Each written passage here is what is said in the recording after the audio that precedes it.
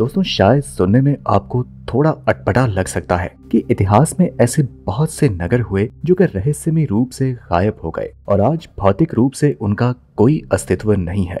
इन रहस्यों को और भी रोचक बनाती हैं प्राचीन ग्रीक की कहानियां, जिसके अनुसार एटलांटिस नाम का एक पूरा शहर गहरे समुद्र में बसा था। लेकिन क्या ये बातें सच हैं या फिक्शन? आइए हम इन अनसुलझे रहस्यों की खोज पर चलते हैं और जानते हैं प्राचीन नगरों के अचानक से गायब होने की चौंकाने वाली बातें। तो नमस्कार दोस्तों, हमारे चैनल में एक बार फिर से आपका स्वागत है। इस इंटरेस्टिंग वीडियो में हम आपको दुनिया के इन खोए हुए नगरों के बारे में बताएंगे जिन्हें समय के साथ साथ भुला दिया गया, और साथ ही साथ हम उन जिज्ञासु खोजकर्ताओं, इतिहासकारों और उन विशेषज्ञों का तहे दिल से शुक्रिया अदा करते हैं जिन्होंने बहुत मेहनत और मुशक्कत के बाद इन नगरों को खोज निकाला। तो चलिए शुरू करते हैं।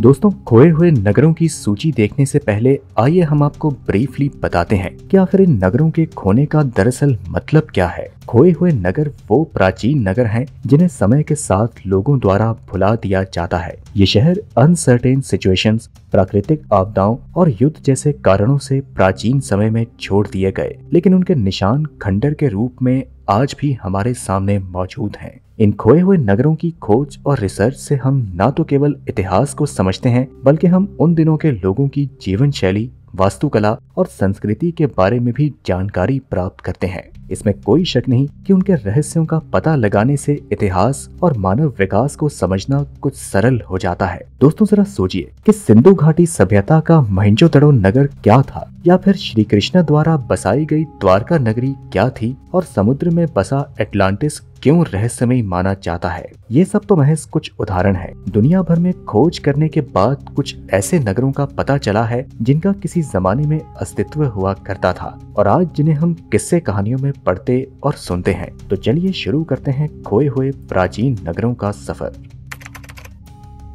कैटलहुयुक तुर्की में स्थित एक प्राचीन आर्कियोलॉजिकल साइट है जिसे दुनिया का एक प्राचीनतम नगर माना जाता है। British archaeologist David French, Alan Hall और जेम्स मेलेट ने कैटलहॉक की खोज की थी। खोज के बाद जेम्स मेलेट ने 1958 में इस साइट की खुदाई करवाई। इसके बाद 1961 से 1965 के बीच उन्होंने एक टीम के साथ व्यापक खुदाई का नेतृत्व भी किया। कैटलहुयुक की खुदाई ने दिखाया है कि गांव की संरचना शुरुआत के समय में किस तरह की होती थी। इस नगर का अस्तित्व लगभग 7500 बीसी के आसपास था, यानी कि आज से करीब 9500 साल पहले। यहाँ पर समय के साथ बदलते आवासीय घरों की व्यवस्था, भवनों की स्थिति और श्रृंगार कला की प्रगति का पर्याप्त आधार मिलता है। कैटलहुयुक के लोग प्राकृतिक संसाधनों का बेहतर उपयोग करते थे और वे समृद्ध और सामाजिक संरचना में रहते थे। इसका मतलब है कि स्थल का महत्व हमारे ऐतिहासिक और सांस्कृतिक ज्ञान को बढ़ावा देता है और हमें मानव सभ्यता के विकास के बारे में भी सीखने का अवसर प्रदान करता है।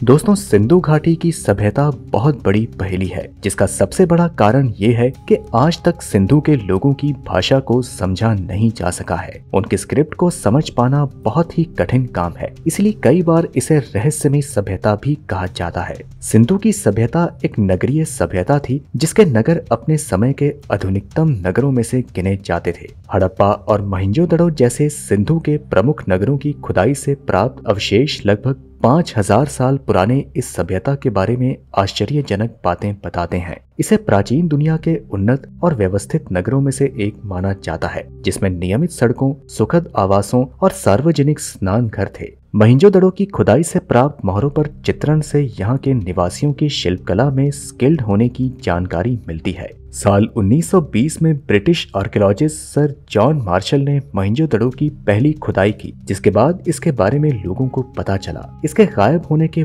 बहुत से कारण बताए जाते हैं, जैसे कि जलवायु परिवर्तन, आक्रमण और आर्थिक अस्थिरता। हालांकि आज तक इनमें से किसी भी कारण को कंफर्म नहीं किया गया है।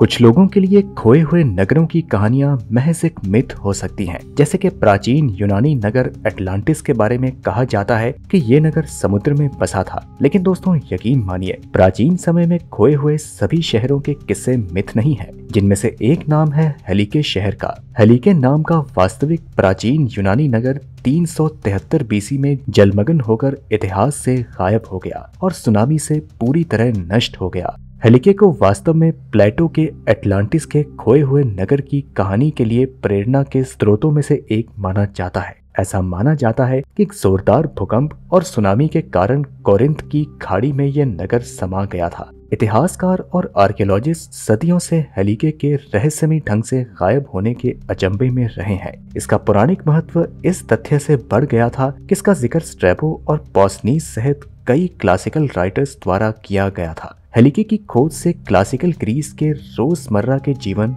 वास्तुकला और कलात्मक शैली की जानकारी मिलती है।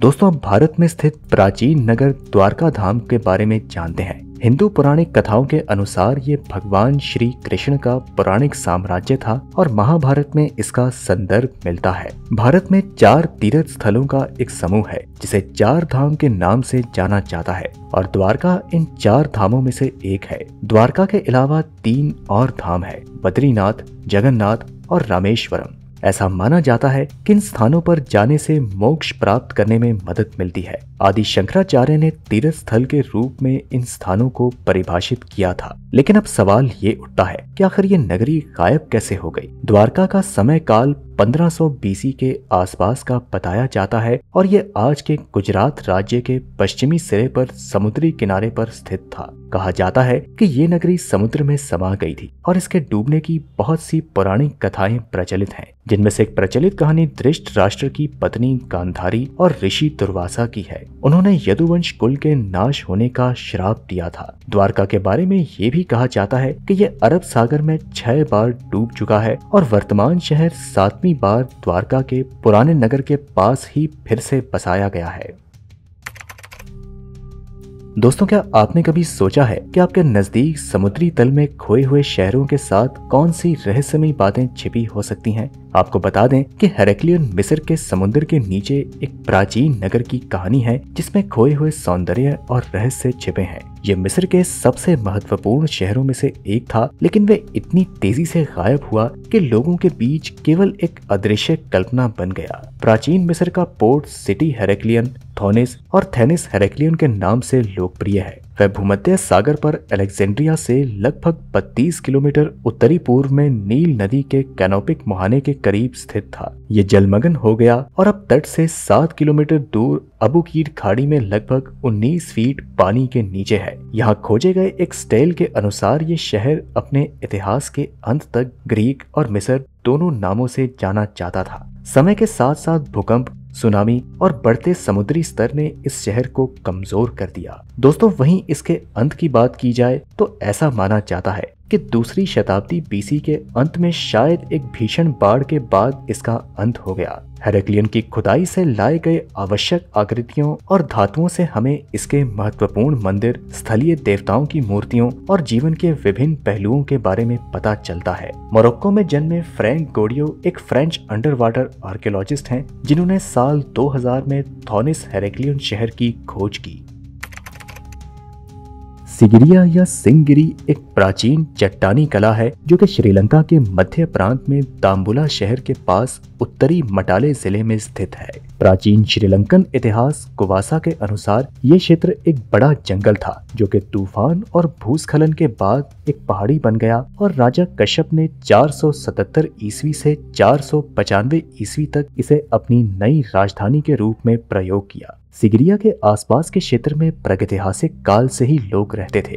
यहाँ बौद्ध भिक्षु और तपस्वी 3री शताब्दी बीसी के आसपास कई चट्टानी आश्रयों और गुफाओं में रहते थे। 1831 में ब्रिटिश सेना के मेजर जोनाथन फोर्ब्स ने पोलोनो रुवा से लौटते समय सिगिरिया की खोज की। यहाँ पुरातत्व कार्य 1890 के दशक में छोटे पैमाने पर शुरू किया गया। HCB बेल सिगिरिया पर व्यापक शोध करने वाले पहले आर्कियोलॉजिस्ट थे। साल 1982 में श्रीलंकन सरकार की सांस्कृतिक त्रिभुज परियोजना ने सिगिरिया पर ध्यान केंद्रित किया, जिससे कि बड़े स्तर पर एक्सकवेशन शुरू हुए। दोस्तों, सिगिरिया को लॉस्ट सिटी इस मायने में कहा जाता है कि समय के साथ साथ लोगों ने इसे छोड़ और भुला दिया। 5वीं सदी में इसके निर्माण के बाद ये कुछ समय तक शाही महल और किले के रूप में काम करता रहा, लेकिन बदलते शासकों और राजवंशों के साथ ये अनुपयोगी हो गया और फिर इसे छोड़ दिया गया। इसीलिए दोस्तों, सिगिरिया बदलती राजनीतिक परिस्थितियों और समय बीतने के कारण इतिहास के पन्नों में खो गया, जब तक कि इसे खोजकर्ताओं और आर्कियोलॉजिस्ट द्वारा फिर से नहीं खोजा गया।